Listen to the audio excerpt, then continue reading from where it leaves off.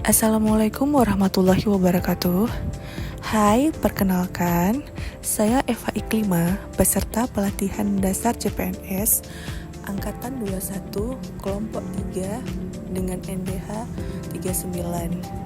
Jabatan saya PPUPD Ahli Pertama di Unit Kerja Inspektorat Pemerintahan Kabupaten Biren.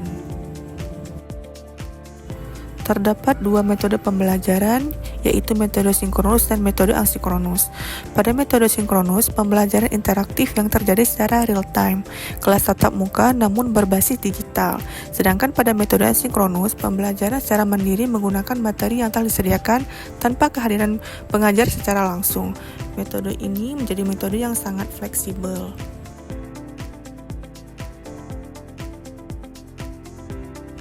Tujuan pembelajaran agar mampu memahami wawasan kebangsaan dan menunjukkan sikap perilaku bela negara, memiliki kesiapsiagaan fisik maupun mental untuk menghadapi berbagai isu kontemporer demi menjalankan tugas jabatan sebagai PNS yang profesional dan berorientasi pada pelayanan masyarakat. Pada agenda 1 ini terdapat 3 materi. Yang pertama, wawasan kebangsaan dan nilai-nilai bela negara. Yang kedua, analisis isu kontemporer. Dan yang ketiga, kesiapsiagaan bela negara. Wawasan kebangsaan dan nilai-nilai bela negara. Pembelajaran ini bertujuan membentuk ASN yang memiliki wawasan kebangsaan, kesadaran bela negara, serta mampu mengimplementasikan sistem administrasi NKRI dalam menjalankan tugas sebagai pelayan publik. Dalam materi wawasan kebangsaan terdapat 4 konsensus dasar, yaitu Pancasila, Undang-Undang Dasar 1945, Bhinneka Tunggal Ika, dan NKRI, serta terdapat lambang negara yang terdiri dari lambang bendera negara, sang merah putih, bahasa negara bahasa Indonesia, lambang negara Garuda Pancasila, dan lagu kebangsaan yaitu Indonesia Raya. Materi yang kedua, analisis isu kontemporer. Pembelajaran ini bertujuan membekali ASN agar mampu memahami perubahan lingkungan strategis, mengidentifikasi isu-isu kontemporer, serta memiliki kemampuan menganalisis dan merespon berbagai tantangan dalam penyelenggaraan pemerintahan.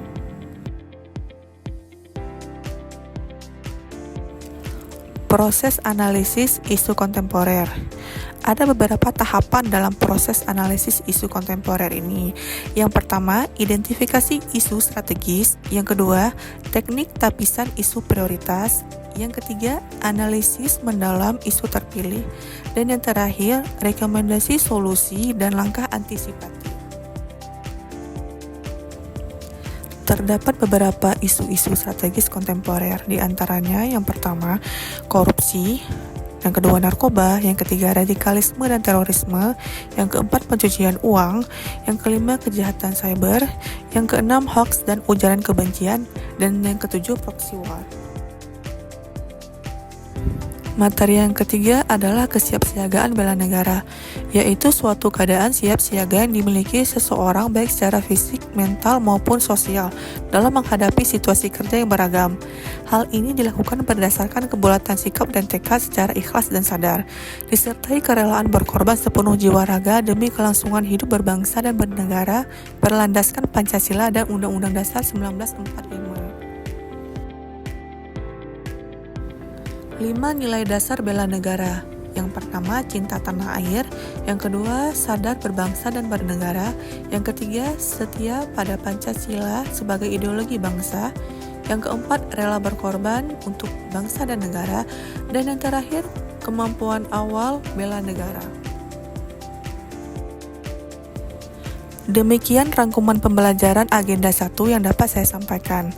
Terima kasih. Wassalamualaikum warahmatullahi wabarakatuh.